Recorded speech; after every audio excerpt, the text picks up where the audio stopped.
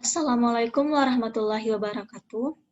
Perkenalkan, nama saya Dian Maisha, dengan nomor BP 2001-05-2007. Saya dari kelas 1D di 3 Teknik Telekomunikasi. Di sini, saya ingin menyelesaikan ujian akhir semester saya, itu tentang medan elektromagnetik.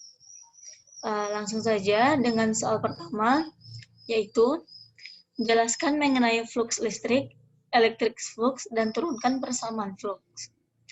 Flux listrik adalah banyaknya garis gaya medan listrik yang mengalir pada suatu luasan, yang mana rumusnya yaitu Pi sama dengan E kali A kali cos theta.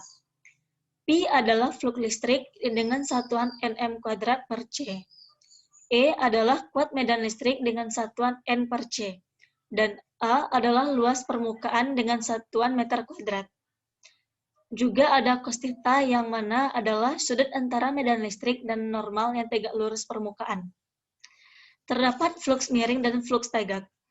Flux miring yaitu jika garis-garis medan listrik tegak lurus dengan luas permukaan yang dilewatinya, maka sudut antara garis medan listrik dan garis normal adalah 0 derajat, maka cos 0 derajat adalah bernilai 1.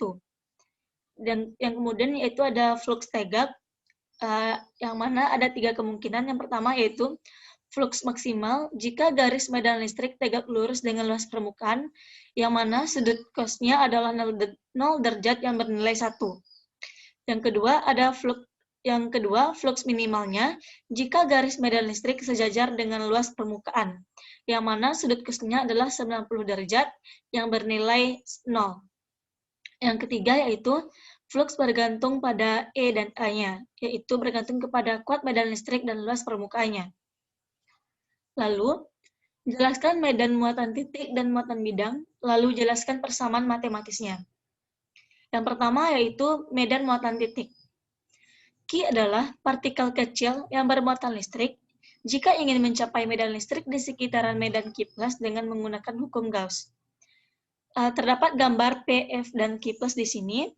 Lalu, kita ingin mencari listrik di titik P yang berjarak dari muatan listrik. Langkah-langkah penyelesaiannya adalah yang pertama yaitu membuat permukaan garis, yang kedua menghitung flux total, dan yang ketiga menyelesaikan hukum garis. Untuk muatan titik, maka permukaan garis yang cocok untuk melengkapi permukaan adalah permukaan garis berbentuk pola dengan R sebagai jari-jari, kemudian dihitung total dengan syarat harus menggambarkannya letak medan listrik dan vektor luas yang ditembus oleh medan listrik tersebut.